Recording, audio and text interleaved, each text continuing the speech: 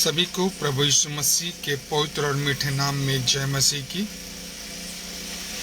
आज फिर से विपरीत परिस्थिति में फंस गया हूँ। समय था लेकिन अचानक नगर निगम का जो 21 इंची वाल्व होता है जिससे सप्लाई होती लोगों की फंस गई, तो मुझको रात्रि में गाड़ी चलाने का अवसर मिलता है तो मेरे को करना पड़ा।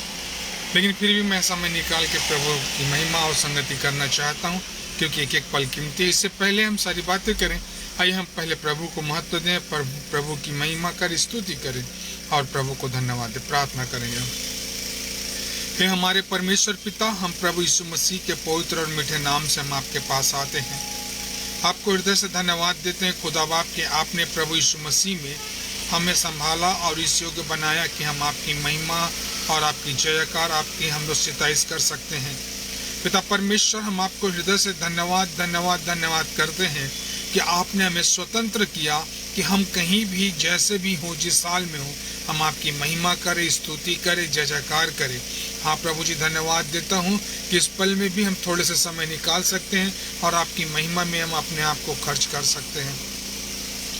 प्रभु जी, जितने भाई लोग ऑनलाइन ऑफलाइन हैं, सबको आप नाम बनाम आशीषित करें, ताकि पिता परमेश्वर हर एक जन आपकी महिमा में अपने आप को प्रभु के वचन में सम्मिलित करे और आपके वचन से आशीषित हो प्रभु जी, और आपके नाम को ऊंचा उठाए। पिता परमेश्वर, इस समय इस जगह को और इस पल को पवित्र आत्मा के हाथ में सौंपता हूँ। रोकने वाली, अड़चन आने वाली परिस्थिति से बचाए, हम जब तक आपकी महिमा करते हैं। धन्यवाद यीशु इस अवसर के लिए। धन्यवाद के साथ विनती यीशु के नाम से मांगते हैं, आमीन। प्रभु में अति प्रिय भाइयों बहनों, सच में परमेश्वर महान है और भाई योग्य है और हमें अपने पवित्र हाथ के नीचे रखता है। आइए कोरस गाएंगे। स्तुति आराधना ऊपर जाती है, आशीष से लेकर नीचे आती है। स्तुति आराधना ऊपर जाती है, आशीष लेकर नीचे आती है। स्तुति आराधना ऊपर जाती है, आशीष लेकर नीचे आती है। प्रभु हमारा कितना महान, देखो हमसे करता है प्यार। प्रभु हमारा कितना महान, देखो हमसे करता है प्यार। हालेलू हालेलूया, हालेलू हालेलूया। सिय्योन से तेरी स्तुति होती है, स्तुति से तेरी महिमा होती है। सिय्योन से तेरी स्तुति होती है, स्तुति से तेरी महिमा होती है। प्रभु हमारा कितना महान, देखो हमसे करता है प्यार। प्रभु हमारा कितना महान, देखो हमसे करता है प्यार। हालेलू हालेलूया, हालेलू हालेलूया। प्रभु महान है और भाई योग्य है और हमें और आपको अपने पवित्र हाथ के नीचे रखता है। हम परमेश्वर को धन्यवाद दें इस सुंदर समय के लिए। आइए वचन में चलें। छोटा सा समय, छोटा सा पल हम प्रभु के लिए अपने जीवन से खर्च करें। परमेश्वर चाहता है जैसे भी हैं, जिस हाल में हैं, हम प्रभु के पास आए। लूका सुसमाचार उसका 15 अध्याय में उसका छूटका पुत्र अपना सब कुछ बेच दिया, अपने सब कुछ संसार में उड़ा दिया, सब कुछ बर्बाद कर दिया। फिर भी वो बेटा कहा कि मैंने स्वर्ग की दृष्टि में और तेरे नजर में पाप किया है। हो सकता है कि मेरे पापा मुझे एक्सेप्ट करे ना करे, और वो अपने कुछ पल और समय को जो खो दिया था उसकी चिंता ना करके उस समय को लेकर के प्रभु के कदमों पे गया। और उसके पिता ने, वो दूर ही था कि उसका पिता उसको दौड़कर गले लगाकर चूमा और अपना अधिकार पुनः उसे लौटा दिया। हमारा परमेश्वर हमें भी अपने करीब आने देता है, अपने वचन के अनुसार हमारी अगुवाई करता है। हम जैसे भी हैं, जिस हाल में हैं, हम पवित्र रहें और परमेश्वर की संगति में बने रहें। आइए हम आज के मनन के लिए परमेश्वर के पवित्र वचन से निकाल लेंगे जो हमको मिलता है रोमियो की पत्री उसका 5वां अध्याय उसके 6 पद से 10 पद। यहाँ पे इस प्रकार लिखता है, रोम चैप्टर 5 वर्स 6 to 10, क्योंकि जब हम निर्बल ही थे तो मसीह ठीक समय पर भक्तिहीनों के लिए मरा। किसी धर्मी जन के लिए कोई मरे यह तो दुर्लभ है, परंतु क्या जाने किसी भले मनुष्य के लिए कोई मरने का धैर्य रख दिखाए। परंतु परमेश्वर हम पर अपने प्रेम की भलाई इस रीति से प्रकट किया करता है कि जब हम पापी ही थे तभी ठीक समय पर मसीह हमारे लिए मरा।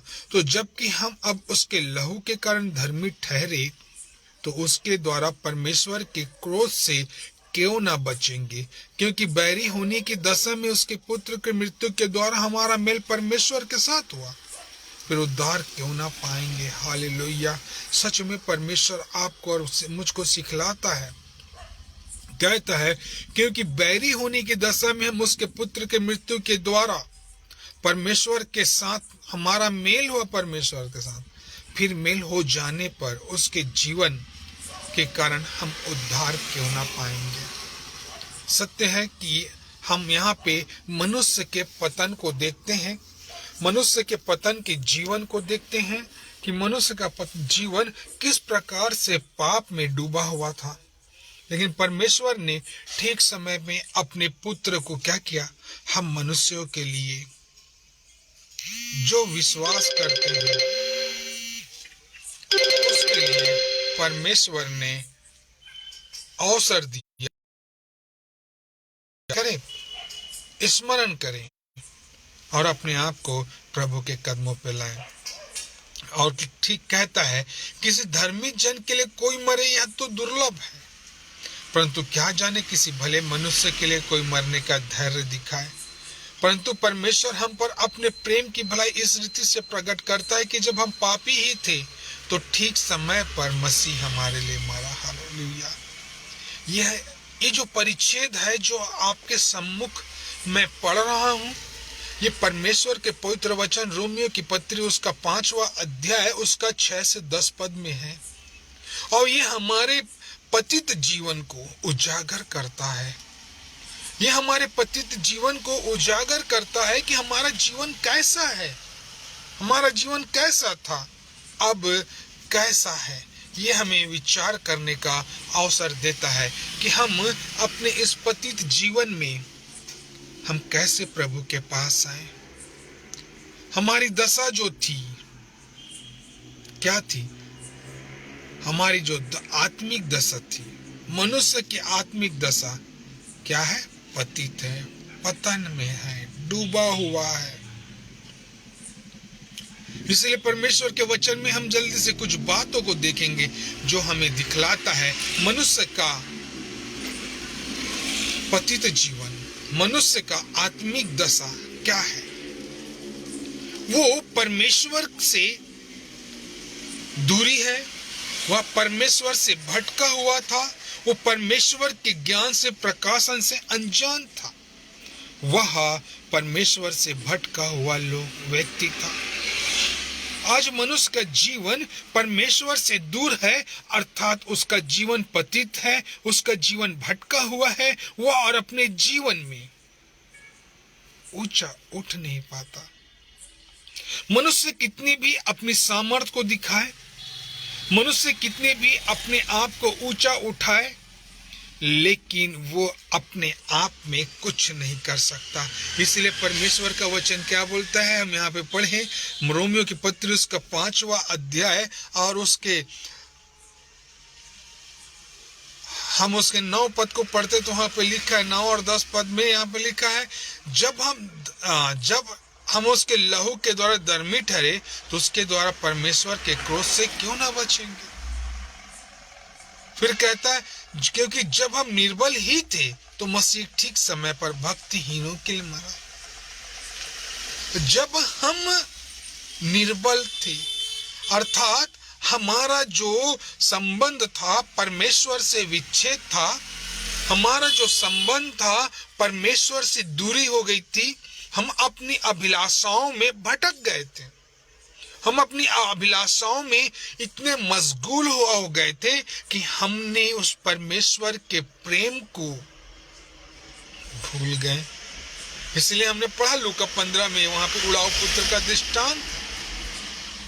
परमेश्वर से दूरी, परमेश्वर से भटक जाने का मुख्य कारण संसार को प्रिय जानना, संसार में खो जाना, संसार में डूब जाना। और वो छोटका पुत्र ने अपने संपत्ति का, अपने पिता के संपत्ति का आधा भाग लेकर जो उसके हक में था, आज संसार में वो बर्बाद हो गया। और जब सब कुछ अपना खो गया, तब उसे अपनी पतित जीवन को उसे स्मरण आया कि मैं क्या हूं और अब कहां पे हूं। मैं उन सूअरों की फलियों को खा रहा हूं, मेहनत तो कर रहा हूं, लेकिन सूअरों सा जीवन हो गया है।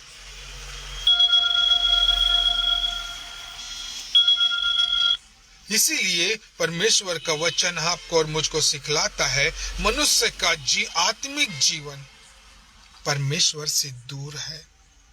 लेकिन प्रभु यीशु मसीह ठीक ही समय में, जब हम निर्बल थे, तो क्या हुआ, आपके और मेरे लिए ठीक समय पे मारा गया, ताकि आप और मैं बचाए जाएं, आप और मैं अपने जीवन में आगे बढ़ सके।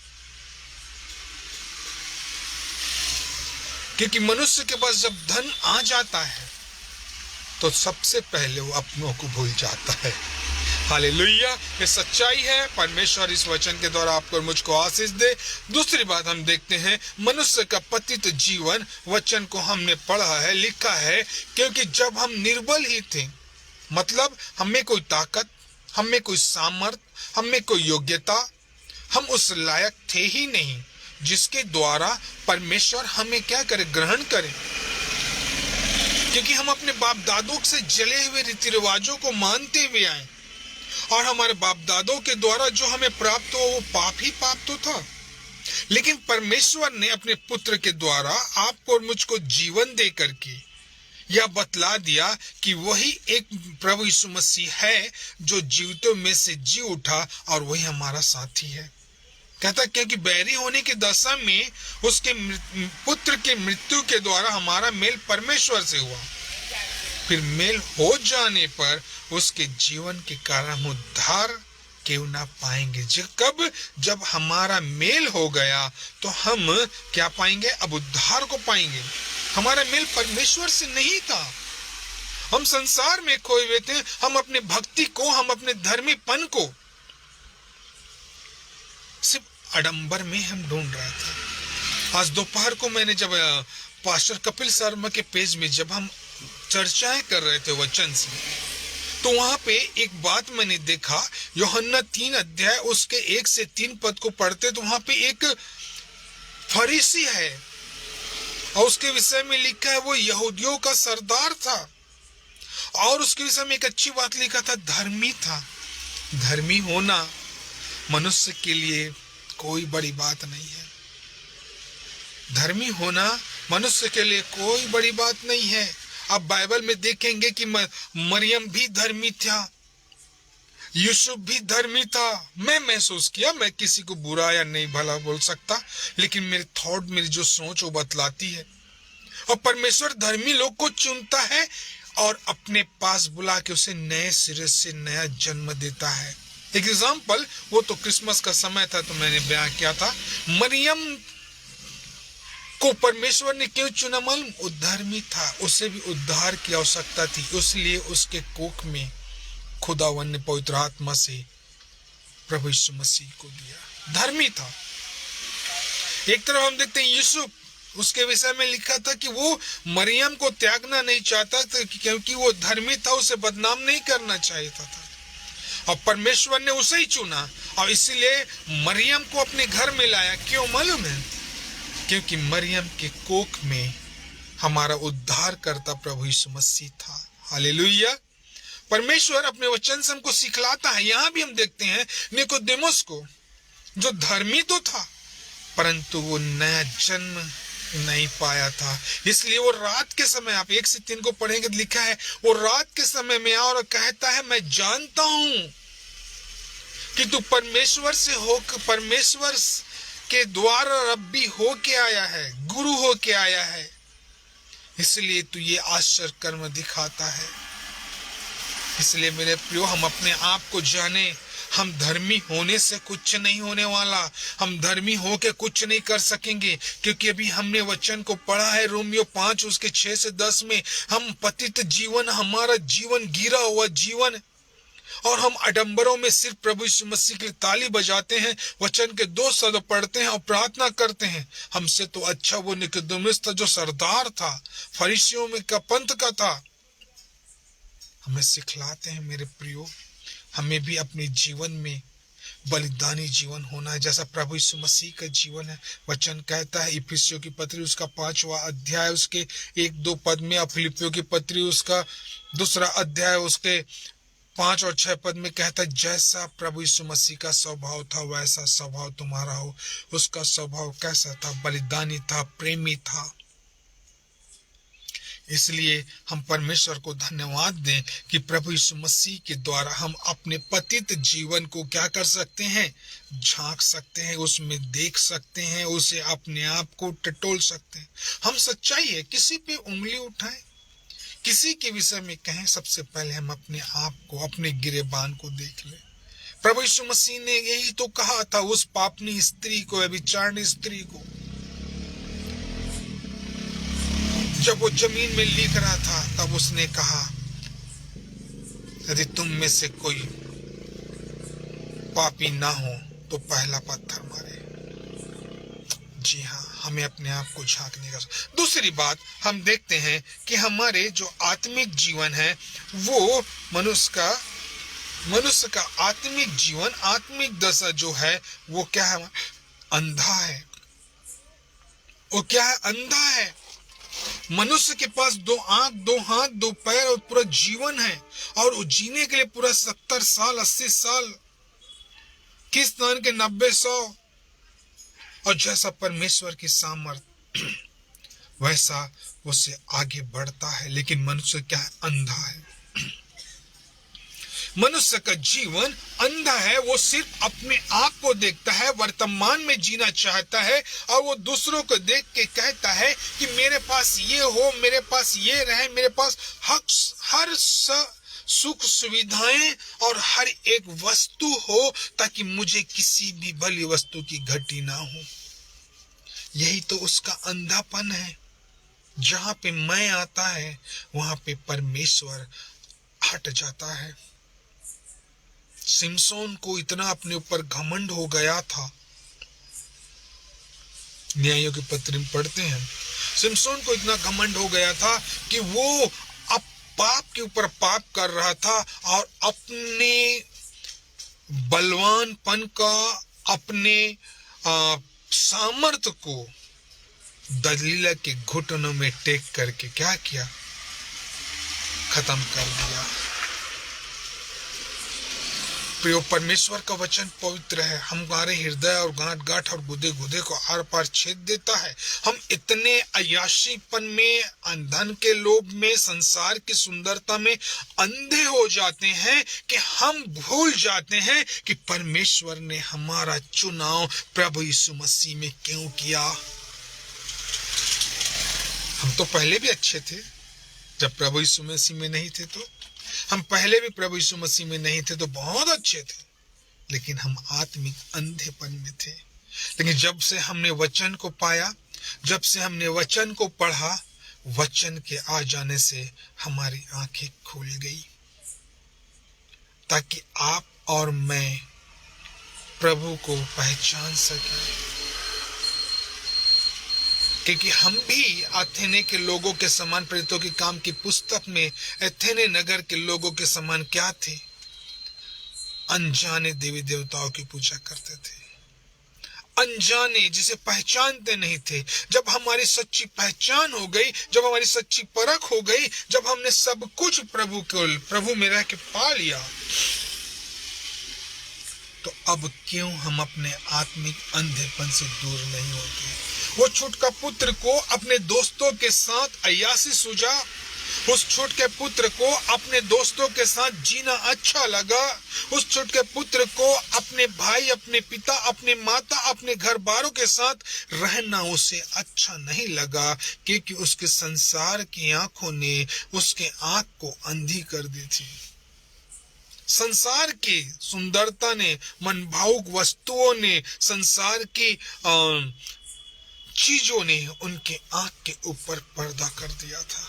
मैं इसलिए कभी कभी अपने घर में बोलता हूँ, जब आदमी गिरता है ना तब उठता है, और जब उठता है तो उसे गिरने का एहसास होता है। ठीक यहाँ पे छुटका पुत्र को अपने गिरने का एहसास हुआ और प्रभु पुनः लौट के अपने पिता के पास आया। तीसरी बात हम देखते हैं परमेश्वर के वचन से कि वो परमेश्वर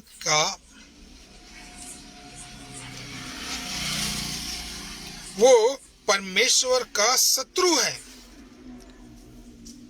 वो परमेश्वर के शत्रु से दोस्ती करता है, क्योंकि आप और मैं जानते हैं कि हमारा इस संसार से कोई मेल नहीं है। हमारा इस संसार से कोई मेल नहीं है। हमारी लड़ाई क्या है? इस संसार के शैतान से हमारी लड़ाई है, जो आपको और मेरे बीच में, जो आपको और मेरे परमेश्वर के बीच में बाधा है। दानियल नबी, यदि हम उसका 10वें अध्याय 11वें अध्याय को पढ़ते हैं तो परमेश्वर के कदमों में पड़ा हुआ था। परमेश्वर के कदमों में पड़ा हुआ था और वो प्रार्थना कर रहा था, और जब वो उसकी प्रार्थनाओं को शैतान रोक रहा था, और परमेश्वर ने जिब्राइल स्वर्गदूत को भेज करके उसके प्रश्न को उत्तर दिया। हाँ, ये हमारी आत्मिक दशा थी कि हम परमेश्वर के हम शत्रु हो गए थे। खुदावन को धन्यवाद देते हैं कि प्रभु यीशु मसीह में आपको और मुझको जागृत किया। अंतिम और आखिरी बात हम देखते हैं कि परमेश्वर आज अभी इसी पल आपको और मुझको क्या कर रहा है? एक निमंत्रण दे रहा है। एक निमंत्रण दे रहा है और कहता है कि देख, मैं द्वार पे खड़ा खटखटाता हूँ, जो कोई मेरे लिए द्वार खोलेगा, मैं भीतर आकर उसके साथ भोजन करूंगा और वह मेरे साथ। खुदावन आपको और मुझको निमंत्रण दे रहा है, बोलता है, हे सब बोझ से दबे हुए लोगों, मेरे पास आओ, मैं तुम्हें क्या दूंगा? विश्राम दूंगा। एक खुला निमंत्रण है, इसमें नाम नहीं लिखा है, उसमें नाम नहीं लिखा है कि मेरे बेटे तू आ जाना, बाकी को छोड़ देना। नहीं, एक खुला निमंत्रण है। जो विश्वास करेगा वही उद्धार पाएगा। दरोगा ने क्या कहा? हे साहिबो, उद्धार पाने के लिए मैं क्या करूं? पौलुस और सिलास कहते हैं, प्रभु यीशु मसीह पर विश्वास कर तो तू और तेरा घराना उद्धार पाएगा। हाँ, हम अपने पतित जीवन से, हम अपने पतित दशा से हमको ऊंचा उठना है। तब हम प्रभु को धन्यवाद, प्रभु की संगति में, प्रभु के साथ हम चल पाएंगे। Yes, hallelujah. जो कोई भी नाम नहीं लिखा, इसलिए हम अपने आप को कहें, प्रभु आज तू मेरे लिए निमंत्रण लेके आया है। आज प्रभु तू मेरे जीवन में निमंत्रण लेके आया है। प्रभु आज तू मेरे जीवन को दस्तक दे रहा है। प्रभु तूने मुझे संभाला है। मैं तेरा शुक्रगुजार हूँ, क्योंकि तेरे जैसा प्रभु कोई नहीं जो अपने बेटों को आशीषित करता संभालता है। और अपने हमारे गुनाह होने बावजूद हमें सजा न दे करके वो हमें गले से लगाता है और हमें एक अवसर प्रदान करता है। धन्यवाद देता हूँ ईश्वर राजा इस छोटे से वचन के द्वारा, छोटे से संगति के द्वारा, और खास करके बहुत समय के बाद एक गाड़ी में बैठकर रात्रि के समय में प्रभु जी आपके वचन की संगति कर सका। धन्यवाद देता हूँ पिता परमेश्वर कि आप हम सभी भाई बहनों के साथ पवित्र आत्मा के सामर्थ्य में हर पल रहते हैं।